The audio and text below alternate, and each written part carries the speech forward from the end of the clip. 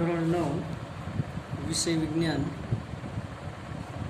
હવે જો વિજ્ઞાન વિષયની અંદર 9મા ધોરણમાં આપણે ગઈ વખતે જે ચલાવ્યું હતું જેમાં સ્વાધ્યાય 1.3માં પ્રશ્ન નંબર 6 સુધી ક્લિયર કર્યું હતું।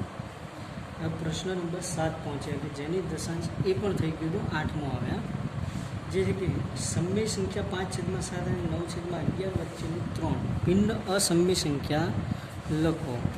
બરાબર, હું માનું ત્યાં સુધી કદાચ આ પણ પતી ગયું હશે જ।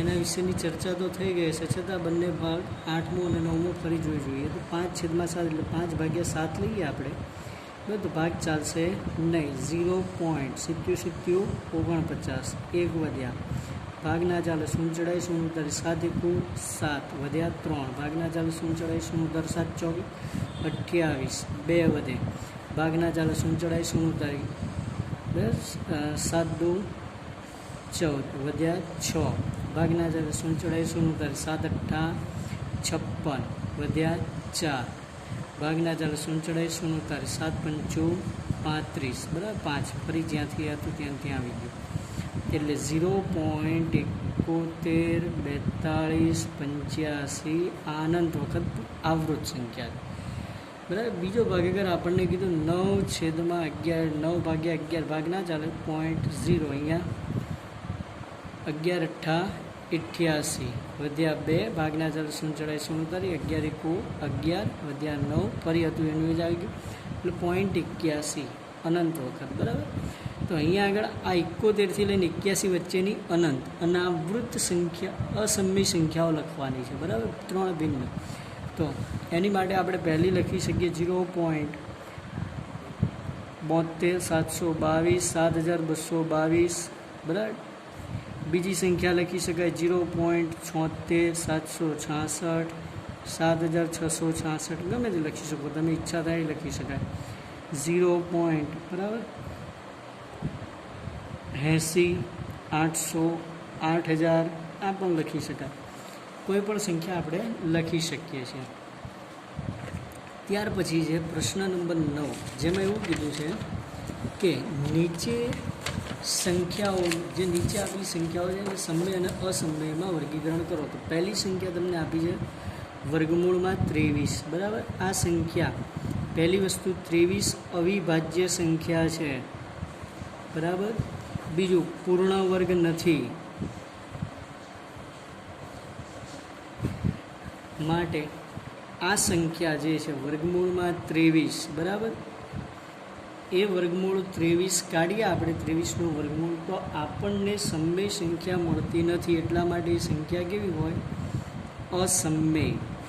ત્યાર પછી બીજો પ્રશ્ન જે છે કે વર્ગમૂળમાં 225 છે 15નો વર્ગ છે, તો આનું 225નું વર્ગમૂળ 15 કેવી સંખ્યા મળી આ સમય। નંબર 3 0.3796 એટલે કે 3796/10,000 બરાબર। તો આ થઈ ગયું P/Q સ્વરૂપ મતલબ સમય।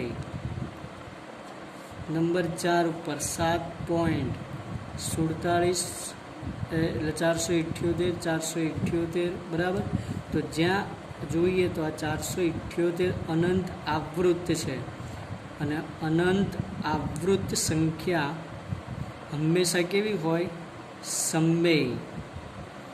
આગળ વખતે ચલાવી નાખ્યું હતું 99.99%। પછી 0.10 100 1000 આવડી ગયા 5મી સંખ્યા, તો આ છે અનંત અનાવૃત, અને અનંત અનાવૃત બનશે અસમય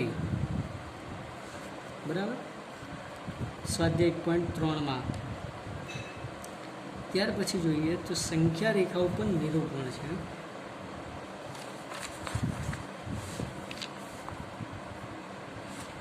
આ સંખ્યા રેખા ઉપર જે નિરૂપણ છે બરાબર, એને કે ક્રમિક વિપુલ દર્શિતા પદ્ધતિની મદદથી સંખ્યા રેખા પર દર્શાવો। હવે એની અંદર હોતું કંઈ નથી, બસ માત્ર ભાગ કરવાના હોય। જેમ કે એક ઉદાહરણ લઈએ, આ પરીક્ષામાં તો પૂછાતું નથી, માની લે આ એક સંખ્યા રેખા બરાબર, 0 1 2 3 આવી રીતે મેં લખ્યું છે. હવે મારે 1.267 દર્શાવવા છે, બરાબર.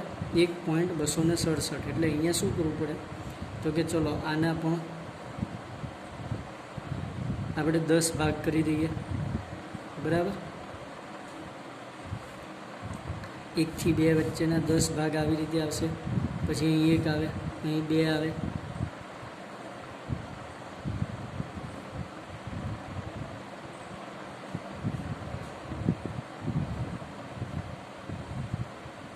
તો જો 1 2 3 4 5 6 7 8 9 10 10 ભાગ થઈ ગયા. તો કે હવે 1.2 બરાબર, 2 અહીંયા આવશે. આ થયું, આમ જોવા જઈએ તો 1.2 મૂલ્ય અને આ થાય 1.3 મૂલ્ય. અહીં આવી રીતે ગણીએ, આ 1.0 1.1 1.2 પછી અહીંયા 3 4 5 6 7 8 9 અને 0.1 ઉમેરો એટલે કેટલા થઈ ગયા 2.0. હવે 1.2 થી 1.3 વચ્ચે એટલે ફરી બીજા ભાગ કરીએ. 1.2 લઈએ, અહીંયા 1.3 લઈએ, એની વચ્ચે બીજા 10 ભાગ કરીએ.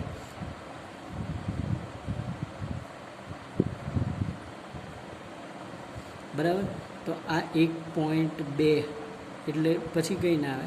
1.2.1 1.2.2 1.2.3 1.2.4 1.2. અહીંયા 1.2 1. પછી 2 1 1.22 1.23 1.24 1.25 1.26 1.27 1.28 1.29 અને આ 1.30 ગણો કે 3 ગણો, બરાબર. ત્યાં સુધીની થાય. હવે 1.26 સુધી પહોંચ્યા, પરંતુ 267 બરાબર પછી એ 7 છે એટલે 26થી લઈ અને 27. હવે આ બે સંખ્યાની વચ્ચે જવાનું એટલે ફરી 1.26 થી લઈ 1.27 એની વચ્ચે હવે ફરી પાછા 10 ભાગ કરીએ. 1 2 3 4 1 2 3 ને 4 બરાબર. તો આ 1.260 ગણાય, આ 1.261 1.262 1.263 1.264 1.265 1.266 1.267 1.268 1.269 બરાબર અને 1.270 એટલે 1.27 થઈ ગયું. તો 1.267 અહીંયા આવ્યું છે. આને કહેવાય ક્રમિક વિપુલતા દર્શક, બરાબર. સંખ્યા રેખા ઉપર દર્શાવવું. આવા દાખલા 99.99% 100% ગણી જ નાખો, ક્યાંય પરીક્ષામાં પૂછાતા નથી, બરાબર. એટલે એને અલગ જ રાખવાના. ત્યાર પછી હવે આગળ જે મહત્વનું છે ટોપિક, એમાં જે અમુક નિયમો વિશેની વાત તો જોઈએ. તો હવે તો વાસ્તવિક સંખ્યાઓ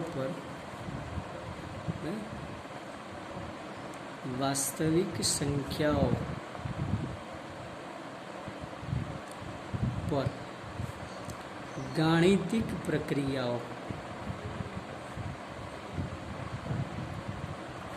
એના વિશેની વાત છે. હવે વાસ્તવિક સંખ્યાઓ જે છે, બરાબર, એના ઉપર ગાણિતિક પ્રક્રિયાઓ. એમાં સૌથી પહેલો નિયમ છે ક્રમનો નિયમ.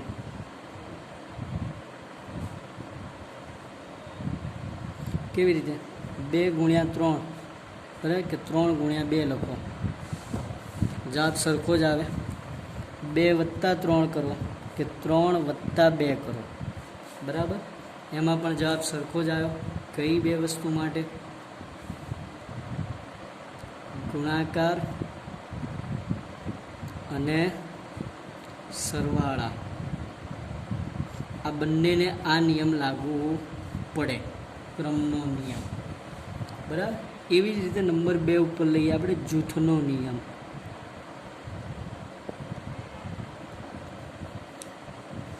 એમાં જેમ કે 2 × 3 × 4 કરીએ કે 2 × 3 × 4 કરો બરાબર, જવાબ સરખો જ રહે આમાં બંનેમાં.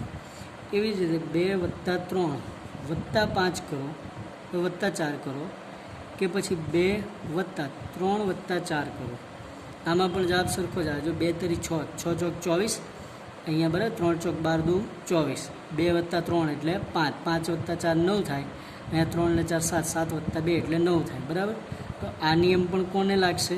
જૂથનો નિયમ, ગુણાકાર અને ભાગાકાર.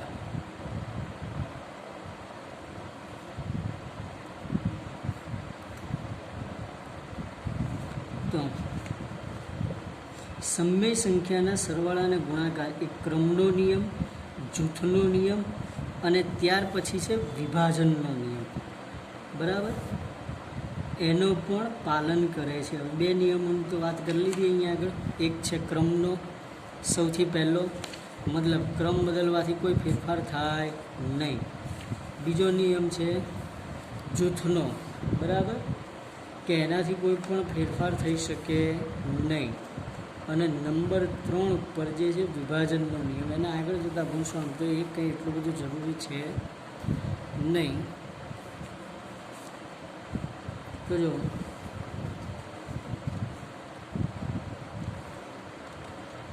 વિભાજનના નિયમો વિશે તો તમારે આગળના ધોરણમાં શીખી ગયા હશો આમ તો વિભાજનના નિયમો. બરાબર, ચલો તો એની અંદર વિભાજનના નિયમો જોઈએ તો પહેલું છે વર્ગમૂળમાં, જેમ કે લઈએ છીએ 2 કોઈ સંખ્યા હોય a b, તો એ શું થાય? વર્ગમૂળ a ગુણ્યા વર્ગમૂળમાં b. આ વિભાજનના નિયમો બધા. વર્ગમૂળમાં a છેદ b હોય તો વર્ગમૂળ a ભાગ્યા વર્ગમૂળ b. બરાબર, ત્રીજો નિયમ લઈએ, જેમ કે વર્ગમૂળમાં a વત્તા વર્ગમૂળ b, અને બીજો કૌંસ એની સાથે લઈએ વર્ગમૂળ a ઓછા વર્ગમૂળ b. બરાબર, a વત્તા b, a ઓછા b એટલે વર્ગોનો તફાવત a ઓછા b. નંબર 4 ઉપર લઈએ કે વર્ગમૂળમાં a વત્તા વર્ગમૂળ b અને a ઓછા વર્ગમૂળ b. આ પણ વર્ગોનો તફાવત થાય, a વર્ગ ઓછા b થાય. પછી સરવાળા બાદ બાકીના જે 2 નિયમો છે એ પણ લઈ લઈએ. તો એક છે જેમ કે ગુણાકાર માટે વર્ગમૂળ a વત્તા વર્ગમૂળ b, એનો ગુણાકાર લઈએ આપણે વર્ગમૂળ c વત્તા વર્ગમૂળ d સાથે, તો એનું સ્વરૂપ મળે જો a વત્તા b c વત્તા d, બંનેનો ગુણાકાર ac ad વત્તા bc વત્તા bd. એ રીતે વર્ગમૂળમાં ac વત્તા વર્ગમૂળ ad વત્તા વર્ગમૂળ bc વત્તા વર્ગમૂળમાં bd, આ સ્વરૂપ મળે. અને એ સિવાય વર્ગમૂળમાં a વત્તા વર્ગમૂળ b કૌંસ વર્ગ હોય, બરાબર, તો વર્ગમૂળ એનો વર્ગ a વત્તા 2 વર્ગમૂળમાં ab વત્તા b, આ સ્વરૂપ મળે આપણને. બરાબર, તો હવે આગળ જે મહત્વનું છે એ છે કરણી. કરણી ચિહ્ન જેને કહેવાય, તો કરણી ચિહ્ન એટલે વર્ગમૂળ. આ કરણીનું ચિહ્ન છે. હવે અસમય સંખ્યા ને સમય સંખ્યામાં ફેરવવા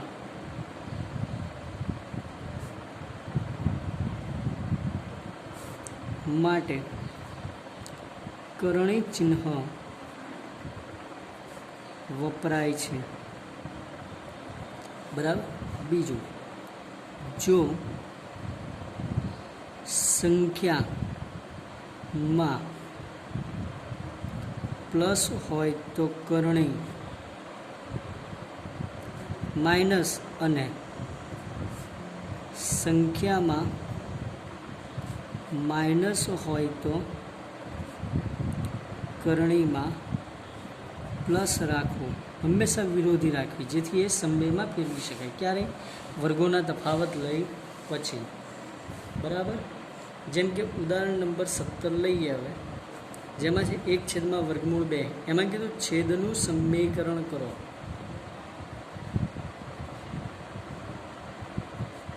સમીકરણ કરો. હવે જો અહીંયા છેદનું કીધું, બરાબર, એટલે છેદ જે છે એ અસમય સંખ્યા વર્ગમૂળ 2, એને સમયમાં ફેરવીએ શું કરવાનું, 1/√2 છે એની એ જ સંખ્યા સાથે ઉપર નીચે ગુણાકાર કરી નાખો. તો √2 ગુણ્યા √2 બરાબર, આ થશે નીચે √2 ગુણ્યા √2 એટલે આ થયું ઉપર √2 અને છેદમાં થાય √4. 2 દુ 4, 4/2 એટલે √2/2. આ થઈ ગઈ હવે સમય સંખ્યા બરાબર. એટલે આને કહેવાય છેદનું સમયકરણ. ત્યાર પછી એવી જ રીતે ઉદાહરણ નંબર 18 જુઓ,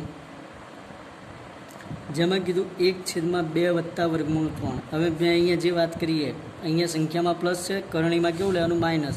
તો 1/2 + √3 ગુણાકારમાં 1 - 2 √3, 1 - 2 √3. આના વડે ગુણાકાર કરીએ તો ઉપર એક સાથે ગુણાકાર થાય તો એનું એ જ પદ આવે. એટલે 1 - 2 √3 અને છેદમાં વર્ગોનો તફાવત આ 2 છે બરાબર, સોરી, તો 2 વડે લખવાનું આપણે. એટલે 2 - 2 √3. તો હવે છેદની અંદર શું થયું, આ બંનેનો ગુણાકાર થાય બરાબર. કઈ રીતે, 1 + √2 અને 1 - √2. એટલે એની અંદર લખતા a એટલે a² બરાબર, પહેલી સંખ્યાનો વર્ગ આવે એટલે 2નો વર્ગ ઓછા બીજી સંખ્યાનો વર્ગ 2 √ અહીંયા ઓનલી √3 છે એટલે √3નો વર્ગ. તો 2 - 2 ઓકે, અહીંયા પણ 2 નહીં આવે એટલે 2 - √3 છેદમાં 2નો વર્ગ 4 - 3 બરાબર. તો 2 - √3 છેદમાં 1. એક બીજું ઉદાહરણ લઈ લઈએ એવું, જેમ કે માની લો કે એવું કીધું તમને 1/2 - √5 આપ્યું,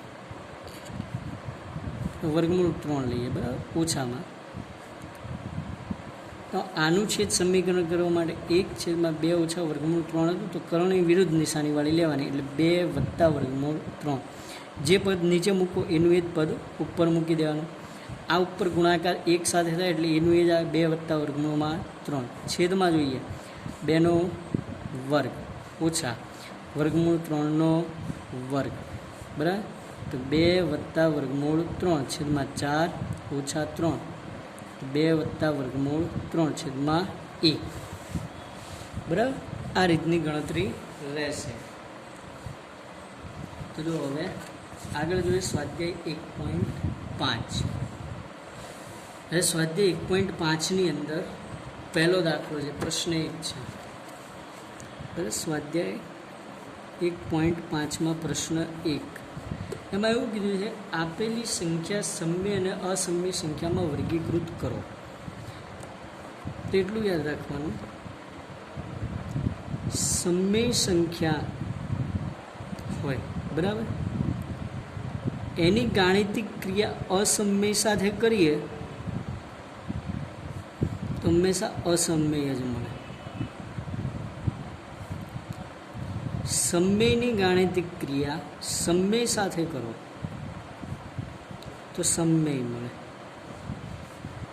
અને અસમયની ગાણિતિક ક્રિયા આપણે અસમય સાથે કરીએ છીએ બરાબર. તો અસમય મળે અથવા સમય, બેમાંથી કોઈ પણ એક હોઈ શકે. ગાણિતિક ક્રિયાનો અર્થ શું લેવાનો, ગુણાકાર, સરવાળો, બાદબાકી, ભાગાકાર બરાબર. આ ગાણિતિક ક્રિયાઓ દરમિયાન સમયની અસમય સાથે ગાણિતિક ક્રિયાથી હંમેશા અસમય મળે, સમયની સમય સાથેની ગાણિતિક ક્રિયાથી હંમેશા સમય મળે, અસમયની અસમય સાથે ગાણિતિક ક્રિયાઓ કરતાં એ સમય પણ હોઈ શકે અને અસમય પણ હોઈ શકે, કોઈ પણ હોય એનો અર્થ. તો પહેલો જે રકમ છે 2 - √5 બરાબર. તો આની અંદર જોવા જઈએ તો √5 છે અસમય. તો અસમયની સમય સાથેની ગાણિતિક ક્રિયાથી મળતી સંખ્યા કેવી હોય, અસમય. નંબર 2 ઉપર છે 3 + √23 ઓછા √23. તો આમાં જો આનું સાદું રૂપ આપીએ તો 3 + √23 ઓછા √23. તો પ્લસ માઇનસ કેન્સલ થઈ જતા માત્ર વધે 3. આ સંખ્યા થઈ ગઈ સમય. નંબર 3 ઉપર છે 2 √ 7 છેદમાં 7 √ 7. વર્ગમૂળ 7 કેન્સલ થાય, 2/7 p/q સ્વરૂપ, બરાબર. છેદ ધન હોઈ શકે, છેદ ધન જ રહેવો છે, અંશ ઋણ શૂન્ય કે ધન ગમે તે હોય ચાલે. આ પણ સમમેય. નંબર 4 ઉપર 1/2. આ વર્ગમૂળ 2 છે ને અસમમેય છે, બરાબર. જ્યારે આ સમમેય છે તો સમમેય ભાગાકારમાં અસમમેય છે, મતલબ સમમેય ભાગ્યા અસમમેય કરીએ તો જવાબ કેવો આવે? અસમમેય જ, મતલબ સંખ્યા અસમમેય છે. અને નંબર 5 ઉપર 2 સાથે વર્ગમૂળમાં પાઈ. આ સંખ્યા પાઈ જે છે ને એ અસમમેય સંખ્યા છે, કારણ અનંત અનાવૃત્ત હોવાથી અસમમેય બને, જેથી એની સાથેનો ગુણાકાર પણ અસમમેય જ મળે આપણને, બરાબર. તો આટલા સુધી 5 દાખલા હતા. હવે આગળ આપણે જોઈશું. તો એમાં પહેલું છે સાદુરૂપ આપો. પ્રશ્ન 2.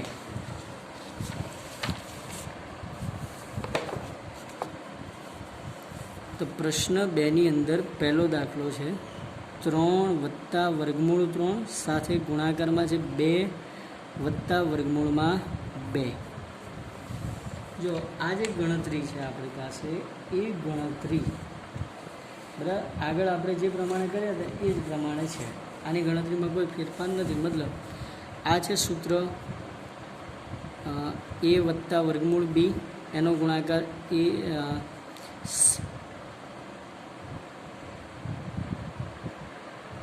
આમાં, બરાબર, બંને પદ અલગ અલગ છે, બરાબર. તો વર્ગમૂળ a + વર્ગમૂળ b, વર્ગમૂળ c + વર્ગમૂળ d, આની માટેનું જે સ્વરૂપ લીધું હતું એ જ સ્વરૂપ આવે, બરાબર. આ જોવા જઈએ તો હવે સંખ્યા જોઈએ તો અલગ અલગ જ છે. મતલબ a + b એનો ગુણાકાર c + d સાથે કરો તો શું મળે?